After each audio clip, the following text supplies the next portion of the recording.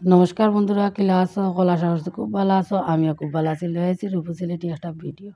আজকে হলো 22 জানুয়ারি, আমার ছোটো ছেলের জন্মদিন, আমার যে রনক তার জন্মদিন। এর লাগি ঠাকুর ঘরে আইলাম, ঠাকুর পূজা দিলাম, দিয়া তারপরে ধূপ দীপ সব কিছু জ্বালাইলাম, জ্বালাইয়া ঠাকুর পূজা আগে দিলাম, দিয়া তারপরে গরু রান্না বান্না করা যাই।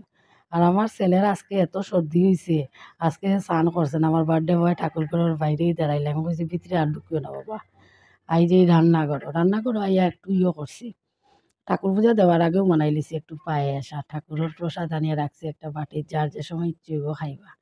এখানের মধ্যে আইছে ফাটার মাংস, আইছে মাছ, কিছু সবজি আনা হয়েছে। সবজি যেমন তাল বেগুন আনা হয়েছে, বড়া করা হইতো, টমেটো আনা হয়েছে, মটরশুঁটি, আদা, কাঁচামরিচ, কথা সপ্তাহের আয়োজন করা হয়েছে। মানে প্রচুর বড় আকারে আয়োজন করা হয়েছে, না ছোটোখাটো করা হয়েছে। মানে আমার বাড়ির যত ফ্যামিলি আছে সব নিমন্ত্রণ করা হয়েছে। আজকে আমার ছেলের জন্মদিন উপলক্ষে সবে আইয়া একটু ডাইল ভাত খাইতা আরি। তো ওটার আয়োজন চলে, সব তোমার তার লগে শেয়ার করি। আর আশা করছি তোমার তানোর ভাল লাগবো। ভিডিওটা যদি ভাল লাগলে অবশ্যই লাইক কমেন্ট শেয়ার করবা।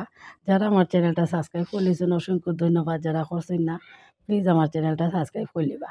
তো এই দুই দাদা আইসুন, তারা রান্না বান্না করতো। এখন বাজের বিকাল 3:30। পুরা দিন আর আমি কিতা খাওয়া দাওয়া করলাম শেয়ার করলাম না, কারণ ভিডিওটা বেশি বড় হয়ে যাব এর লাগিয়া।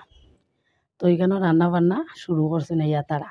আজকের যে এই খুশির দিনটা এরকম হইব আমি মানে একটা দিন ভাবছিলাম এরকম হইতো না। যখন 2018 সালের 22 জানুয়ারি, 21 জানুয়ারির দিন রাত্রে, 22 জানুয়ারি সকালে আমার ছেলের জন্ম হয়েছে। 21 জানুয়ারির দিন রাত্রে 12:30টার সময় আমার ড্রেনিজ হয়েছে। হওয়ার পরে তো এখন লগে লগে তো ডাক্তার আছে লইয়া যাইতে লাগে। তো আমি যে জায়গাত আছি এখানোর যে গাইনো স্পেশালিস্ট আসইন, তাই না আমারে ডেট দিছইন। আমি তো মাসে মাসে গিয়ে চেক আপ করাইতাম। তাই না আমারে ডেট দিছইন ফেব্রুয়ারির 20-22 তারিখ আমার ডেলিভারির ডেট। তো আমার নার্ভের একটু বেশি প্রবলেম আসলো, এর লেগিয়া ওই ফেব্রুয়ারির থেকে ওই গেল গিয়া জানুয়ারির 20-22 তারিখ ঘটনা। এর লেগিয়া ডাক্তারও ওইখানো নাই, ডাক্তার আসাম স্টেটের বাইরে আসলা। তখন কিতা করবা, ডাক্তারের লগে লগে লগে রাহুলের পাপায় মাতছইন। ডাক্তারেও কইছেন আমি আরেকজন গায়নের লগে স্পেশালিস্টের লগে কথা কই আর তুমি তার কাছে যাও গিয়া। তার লগেও কথা হইলো, সেই নুটিয়া কইলা আমরা এখানে তো অ্যানেস্থেশিয়ার ডাক্তার নাই, শিলচার থেকে আনতে লাগে। আর ওটির মধ্যে এত বড় একটা টিম আমি লগে লগে রেডি করতে পারতাম না। আর পেশেন্টর ক্রিটিক্যাল অবস্থা, তো এর থেকে ভালো হইব এখানে অপেক্ষা না করিয়া মেডিকেল গেলে কি ভালো হইব। তো রাহুলের পাপা এবং আমার দুইজনেরও ইচ্ছা নাই আমরা মেডিকেল যাইতাম। তো কিতা করমু, গাড়ি লইয়া রওনা দিলাম আমরা শিলচরের উদ্দেশ্যে। তো আমি রাত্রে যখন আমি রওনা দিছি, তখন রাত্রে প্রায় 2টার সময়, এটা গড়িমসি করতে করতে রাত্রে 2টা বাজে গেছে। 2টার সময় যখন আমি শিলচরের উদ্দেশ্যে রওনা দিছি, রাস্তা এত আস্তে আস্তে যাইতে লাগছে আর এত ঠান্ডা কুয়াশায়, মানে ওই সামনের জায়গাটা দেখা যায় না, এত কুয়াশা। রাস্তা মানে দেখাই যায় না, সামনের কোনো রাস্তাও দেখা যায় না। খুব কষ্টে গাড়িটা লইয়া আমি শিলচর গিয়া পড়ছি সকাল 4টার সময়। সকাল 4টা থেকে সকাল 6টা পর্যন্ত শিলচর শহরের যতটা নার্সিংহোম আছে, যেমন south city, green view, life line, এরকম করিয়া প্রচুর আছে, নার্সিংহোম আছে, সবটিত গেছি। কেউ আমারে রাখছে না, কারণ আমার এত ক্রিটিক্যাল অবস্থা। আমার থাইরয়েড আছে, থাইরয়েড নীল, তারপরে আমার রিপোর্ট আছে আর থাইরয়েডের প্রবলেম, তারপরে আমার হার্নিয়া আছে, তারপরে আমার বডির অক্সিজেন লেভেল একদম কম। এটা সপ্তাহ দেখে কোনো ডাক্তারে আমারে রাখে না।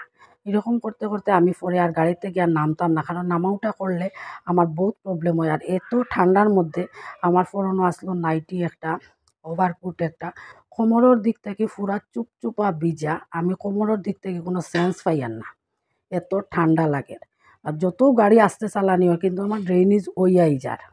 তো ওটা করতে করতে এরপরে আমি আর গাড়ির থেকে নামতা না। আর রাহুলের পাপায় গিয়া রিপোর্ট দেখাইতা, ডাক্তার হলে না করতা। তারপরে শিলচরের যে নার্সিংহোমও তো রাখলো না, তারপরে রেড ক্রস, তারপরে সিভিল হসপিটাল, সব কিছু কেউ রাখছে না। এরপরে যখন লাস্টে একটা নার্সিংহোমে গেছিলাম, বেলি।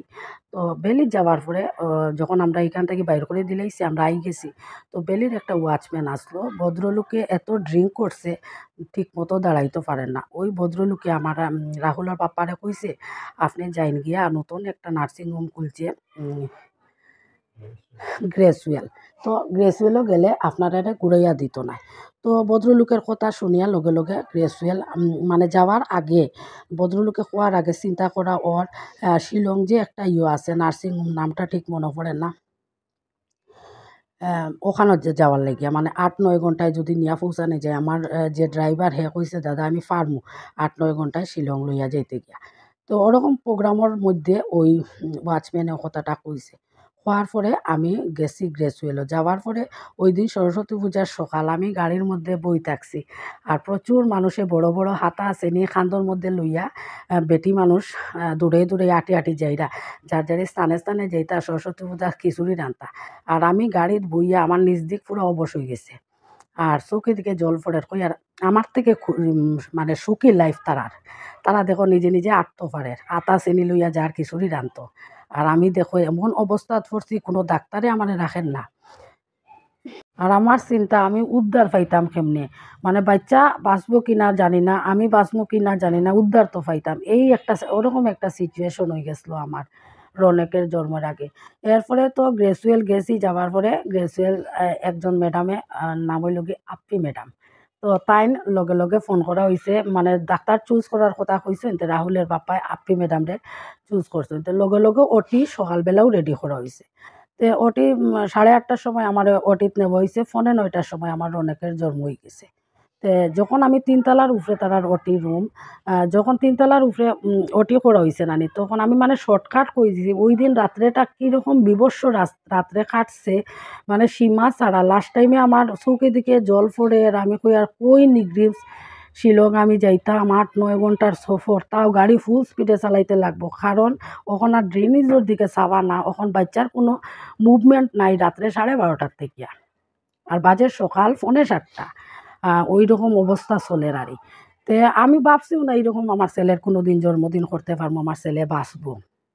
এরপরে তো আম যখন ওটি করা হইছে, ওটি করা হওয়ার পরে বাচ্চা-উচ্চা ওটি রুম থেকে বাইর করা হয়ে গেছে। আমি মানে একটু একটু চোখ খুলিয়া দেখি আর কাঁচর সব দিকে দরজা জানলা ইতা সব কাঁচর, আলো আইয়া ঢুকে, রৌদ্র উঠছে। তো আমি উঠিয়া কই আর যখন আমার অ্যানেস্থেসিয়া কোমরও দেওয়া হইছে, তখন আমার মানে 2-4 সেকেন্ডও লাগে অনুভব হইছে আমার কোমরের দিক গরম হইছে। কারণ রাত্রে 12:30 থেকে আমার পাও, কোমর ইতা চুপচুপা জলভিজা, ঠান্ডা লাগে।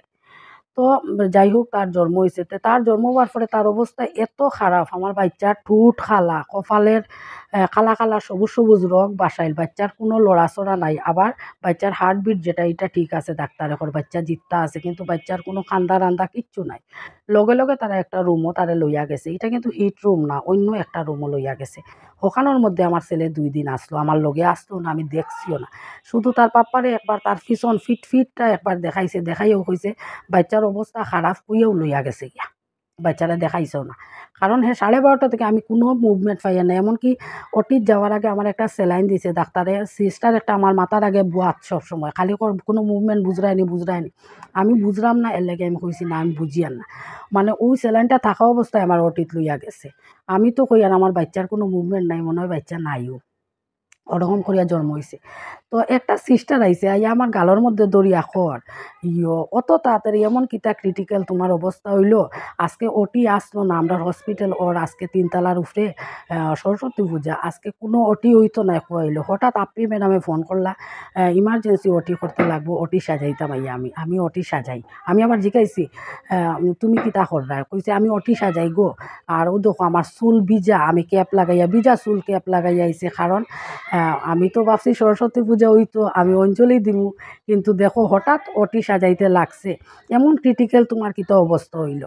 আমি কই আর আসলে আমার অক্সিজেন লেভেল, বডির অক্সিজেন লেভেল একদম নাই হয়ে গেছে। আমার থাইরয়েডের প্রবলেম আছে, আমার হার্নিয়া আছে, বহুতটা প্রবলেম আছে। এর মধ্যে আমার বাচ্চার কোনো মুভমেন্ট নাই, এর লাগি ওটি হইছে। কইয়া আমি তাইরে আবার সরি কইয়া সরস্বতী পূজায় যে অঞ্জলি দিতে পারছো না, সরি। ও তাই উঠে করে না গো, না এটা আমি এমনিতেই ঢং করে কইয়ার। আমারে আসলে আমার কাজ তো ওটি সাজানি, এর লেগে আমি ভাবতাম দেখো আমার চুল থেকে জল পড়ে, তবু আমি ক্যাপ লাগাইছি। ক্যাপ না আমি কইলাম তো তুমি ক্যাপ কেন লাগাইলা? কইলো ক্যাপ না লাগাইলে ওটি ঢুকতেও দিত না ম্যাডামে। এর মধ্যে আমি ওটির যাওয়ার আগে আমার মনে মনে আর আসলো, সারা রাত্রে অনিদ্রা তো মনে মনে আসলো এক কাপ যদি লিকার চা আর একটা মেরিগোল্ড বিস্কুট খাইতাম। তো এইটা তো আমার কইছে জলও খাইতাম না, বমিটিং শুরু হয়ে যাব আমার। আর ওটির মধ্যে গেলে তো আমি কিচ্ছু খাইছি না। ওটি যখন হইছে আমার মাথায় খেলছে আমার লিকার চা আর বিস্কুট। আমার ঘরে তখন কাজ করতো একটা মেয়ে, তার নাম আসলো মালতী। আমি ওটির মধ্যে চিৎকার, মালতী কোনো চা আনিয়া দিছে না মালতী, খালি চিৎকার দিছি। তখন কি হইছে, ডাক্তার নিয়ে এরপরে যে আমি যে 3 দিন 4 দিন আসলাম, 4 দিনের দিন আইছি। সোমবারে আমার 22 জানুয়ারি সোমবারে সরস্বতী পূজা আসলো, আমার ছেলের জন্ম হইছে। আর বৃহস্পতিবারে রাত্রে 10টার সময় আমি করিমগঞ্জ আই গেছি আমার ঘরও। তো এই 4 দিনের ভিতরে ডাক্তার নিয়ে যতবার আমারে চেক আপ করা তাইতো, আইও কইতো মালতী এক কাপ চা, মানে চিরাইতো। আমি মানে বকা শুরু হয়েছিল আমার ওটির মধ্যে। ওরকম করিয়া খুব কষ্টে 2 দিন হয়ে গেছে আমার ছেলেরে আমি দেখি না, তারা আনিয়া দেয় না। এরপরে তো আমি খান্দা শুরু করছি যে কিতো হয়েছে আমার ছেলেরে তোমরা দেখতে দাও না। এরপর ডাক্তারে কইছে তোমার ছেলে মানে হে দুধ খাইতে পারে না, দুধ যে টানিয়া খাইতো কি ক্ষমতা তার নাই। হে আবার জিততা আছে, লড়তো সরতো কিচ্ছু নাই, মানে রং চিকচিকা খালার। এখন তো দেখলাই আমার রনক পরিষ্কার, কি ছোটোবেলা তো পুরা দুধে আলতাই আসলো, এখন তো কিছু খালা হয়েছে। আর তখন মানে তার রং পুরা খালা আসলো ওরকম অবস্থায়। তো 2 দিন পরে তারা একটা রুমও যে রাখছে, পার ডে এই রুমের ভাড়া 6,000 টাকা নিত। 2 দিনে আমার খান্দায় উন্দায় তারা আনিয়া দিলেইছে। তখন আনিয়া দিছে যে বাচ্চা পুরা সুস্থ, হে দুধ খাইতে পারে, হে আমার আঙ্গুলও টাইট করে ধরতে পারে, ওরকম করিয়া তো হে সুস্থ হইল। হওয়ার পরে বাড়িত লইয়া আইলাম। মানে এত কষ্ট হইছে, মানুষে আগের দিনের মানুষের বাড়ি করে ডেলিভারি হইতো, এখনেরও জমানার মানুষের নিজের যে শহরও তখন ও শহরেও ডেলিভারি হয়ে যায়। কিন্তু আমার 2টা ছেলের জন্ম হয়েছে, আমার ডেলিভারি আমার শহরও হয় না, কিন্তু আমি দূরে যাইতে লাগে, শিলচার গিয়ে এইখানে করতে লাগে। তবে রাহুলের সময় এত প্রবলেম হয়েছিল না, অনেকের সময় তো আমার মনে হয়েছিল ঠাকুর উদ্ধার নেই পাই, এমন একটা সিচুয়েশন হয়েছিল। তখন মনে হয়েছিল কিতা 4 দিনে আমার খরচা গেছে কত, 1,04,000 টাকা আমি নার্সিংহোমত দিয়া আমি বাইর হয়ে আইছি। তবে কিতা মনে হয়েছে টাকা পয়সা এমন একটা জিনিস, দেখিও কারোর কাছে জোর হাত করে যদি তুমি চাও তে মানুষে কিন্তু দিলায়, কিন্তু ঠিক সময়ে একটা ডাক্তার রেডি করা এবং একটা অ্যানেস্থেশিয়ার ডাক্তার রেডি করা, এটা মানে একটা বড় ব্যাপার। মানুষে কয় না টাকা পয়সা রোজগার করা খুব কঠিন, হ্যাঁ মানি কঠিন, কিন্তু তুমি যে সময় একদম হাল চালা হয়ে যাবে, কোনো মানুষের কাছে যদি খুব বেশি হাত পাও জুড়ো, আর মানুষের হাতও অন্য মানুষের হাতও যদি টাকা থাকে, ইলা দয়াবান মানুষ থাকেন তোমারে টাকা দিয়ে সাহায্য করে লিবা। কিন্তু এরকম কোনো দয়াবান মানুষ নাই যে তোমার লাগি একটা অ্যানেস্থেশিয়ার ডাক্তার রেডি করে লিবা, তোমার লাগি একটা ওটি রুম রেডি করে লিবা। আমি তো জানতামই না ওটি সাজাইতে লাগে, কারণ যে কোনো একটা ওটি ফট করে ঢুকাইও সিনেমার মতো করা হয় না। যার যারই স্থানে স্থানে স্থানে স্থানে সব ডাক্তার প্রায় 6-7 জনের একটা টিম থাকে, এটা রেডি করতে লাগে। সব পারফেক্ট ওকে আসইনি, সবে সবর যার যারে দায়িত্ব পালন করতে পারবানি, যে একটা পেশেন্ট আনিও খালি খাটি লিতা এরকম না। মানে আমার জীবনে আমি যে ডাক্তার সম্পর্কে খালি ডাক্তারই পড়ছি না, ডাক্তার সম্পর্কে সকলটা আমার জানা হয়ে গেছে। এত মানে রনকের জন্য মানুষের নর্মাল একটা ডেলিভারি গেছে, সিজার হয়েছে আই গেছে, কিন্তু এই গেছে সিজার হয়েছে, টাকা তো গেছে প্রচুর আকারে, নিজের কষ্ট সীমা ছাড়া কষ্ট করছি। আর এই কষ্টর মধ্যে কি হয়েছে, আমার ঘরও কেউ নাই, আমার পতিদেব গেছেন আমার লগে। আর আমি সব দিন আমার ভিডিওত কই আমার গাড়ির একটা ড্রাইভার আছে রাহুল, তার নাম, হেও আমার একদম নিজের ছোটো বাইরে যেরকম ভরসা করা যায় তারে ওরকম করা যায়।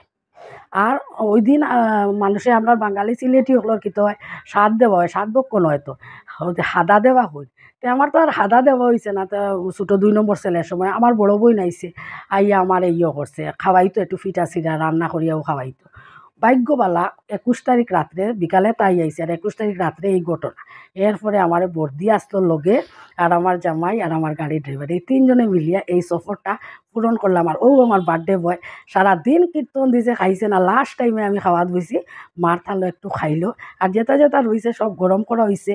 তো আজকের মতো শেষ করে দিলাম। আমার ভিডিওটা ভালো লাগলে লাইক কমেন্ট শেয়ার করবাই, যারা আমার চ্যানেল সাবস্ক্রাইব করলি অসংখ্য ধন্যবাদ, যারা করছো না প্লিজ করে লিবাই। তো আমার ভিডিওটা কীরকম লাগছে অবশ্যই অবশ্যই কমেন্ট করে জানাইবাই। আর সবে আজকে পরের দিন জন্মদিনের পরের দিন ভিডিও দেখায়, সবে আশীর্বাদ করিও আমার রনক যেন ভালো থাকে, মানুষের মতো একটা মানুষ হইতে পারে। তো আজকের মতো রাখি দিলাম, টাটা।